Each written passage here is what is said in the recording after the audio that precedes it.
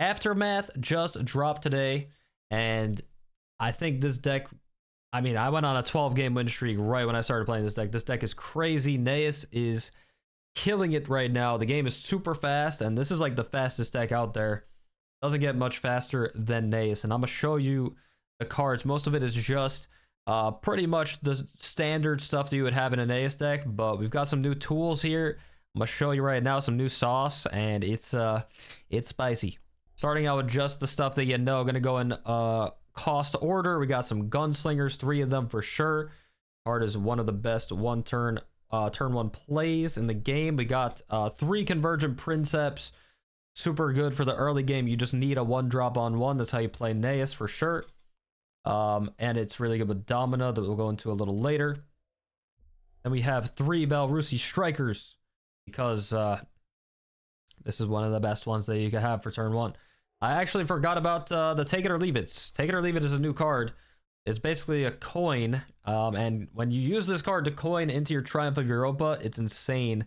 And even like getting out an early Magna to fight on the board, or a Subjugate, there's so many good possibilities with this card, but I think the best thing is getting your Triumph of Europa a turn sooner. It's really, really strong. And this card is really good, especially if you're going second as well. Helps you catch up a little bit. Because you can play it on turn 2 if you didn't know. That's how this card works. If you go second. So like turn 1, I go. If I'm going first, like let's say the first player goes first, their turn 1. Second player is turn 2. Then the first player goes again, that's turn 3. And then on my second turn, if I went second, it's turn 4 technically. So then I can play this. Three of this card, really good stuff. I think most decks will run this card. It's good in aggro decks, it's good in control decks. Very solid, especially on turn 2. And the last costing 1 card is PS8 Launcher. Got 2 of these in the deck. Not really room for another one. You'll find it 2. You usually want to drop a 1-drop at the beginning anyway. Usually just want to play minions, but sometimes you'll need this. Sometimes it'll help you. Next up, we've got Lord Harf, of course. Just a solid card. Still really good in the meta, as expected.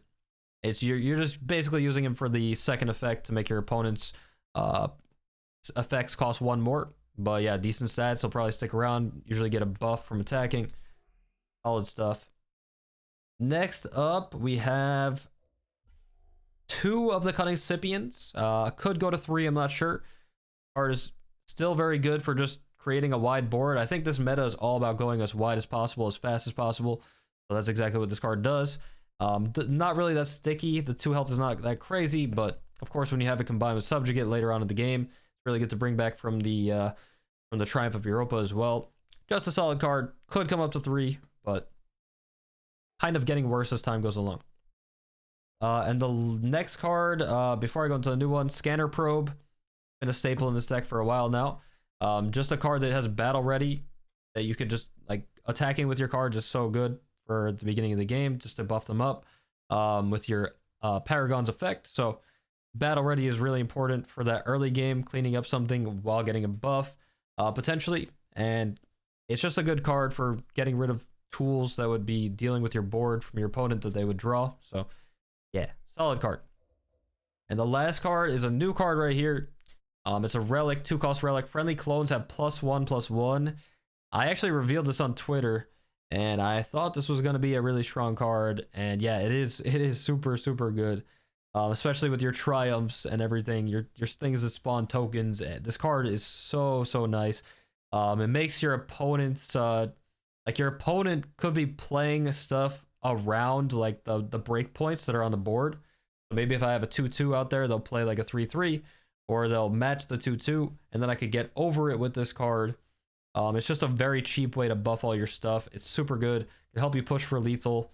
Yeah, this card is so nice. I have it at 3 right now. I was running it at 2. But it's so solid that I think I want 3. This is like the only cuttable card. Maybe 3 is too many.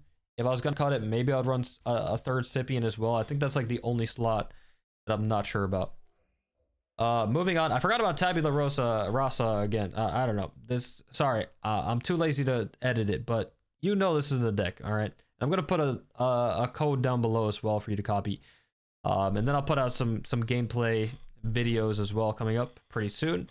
But yeah, this card is just really nice for your, it's really nice to get into the trash for Triumph of Europas. Also, you can do some bank manipulation where you put some decent cards in your bank and then you don't feel so bad about it because you could get it back later, and it's like you still have that card in your hand.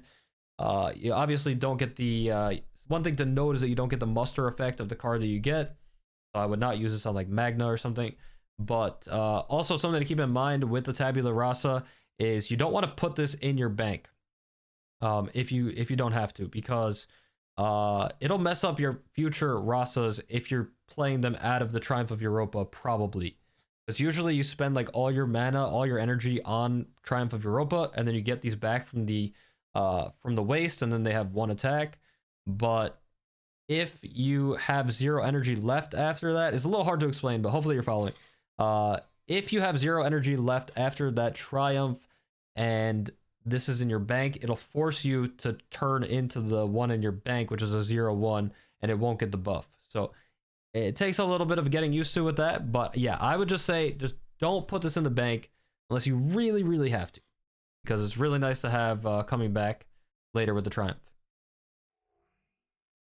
Then we have, where am I? I wish they just put this in order so it'll help me out here.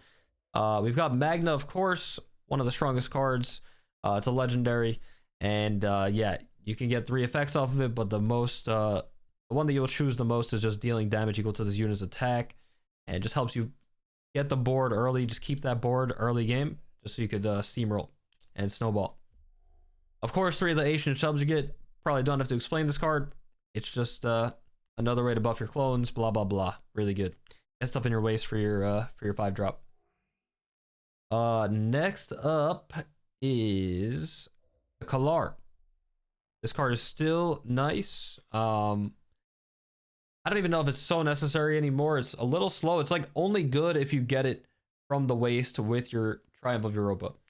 Otherwise, it's a bit too slow. You don't really want to play it.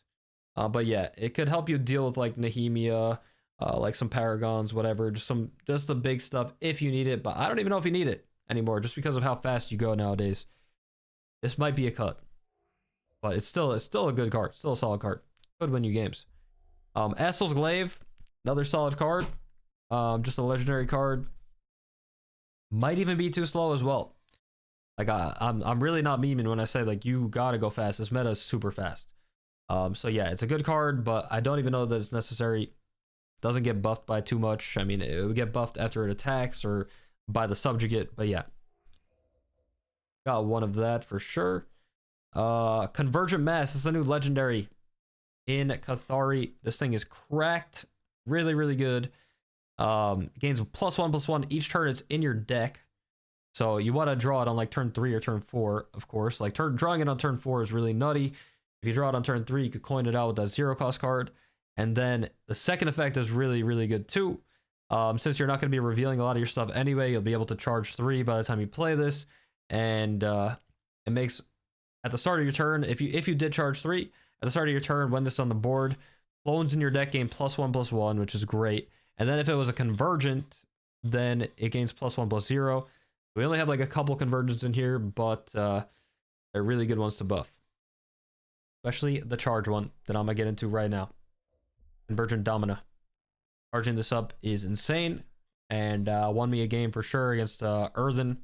Probably show that game tomorrow or so in a future video, but yeah, this card is so nice. It gets to attack the turn. Battle Ready is just so nice with Gnaeus, because when you attack with a unit, they get +1/+1 at the end of the turn. And when you bring it back from the grave, from the waste, it's pretty juicy as well, especially if you do it with one of these alongside of it. Then we got 3 of the Triumph of Europas, of course.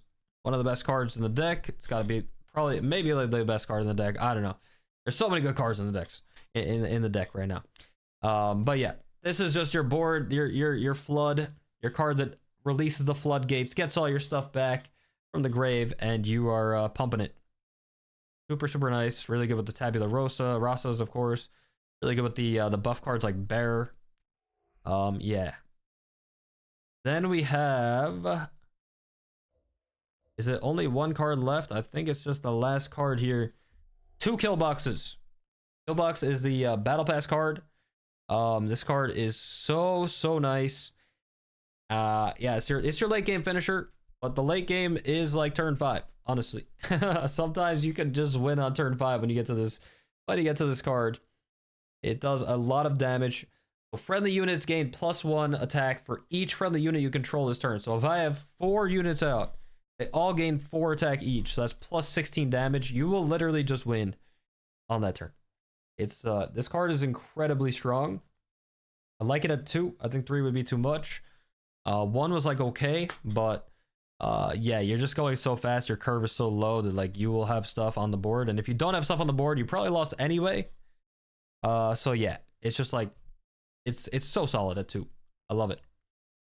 And I think that is all for the deck. I'm gonna put the code in the description below. Hope you guys like it if you check it out. Yeah, totally recommend you play this deck. It's so nice. Like I said, there's a couple slots that maybe can be messed around with. I feel like we want to fit in another Cunning Cypian into the deck. Maybe a third PS8 is fine. But yeah, I'm really happy with this list. 12-game win streak with it. You can check the Twitch VOD if you want. I'm gonna post some videos as well, like I said, with gameplay, and gonna be posting more parallel content very soon.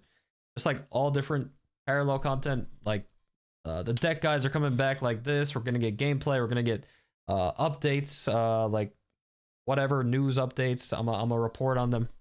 Hope you guys check out the future videos. Leave a like and a comment and subscribe if you want to support the channel.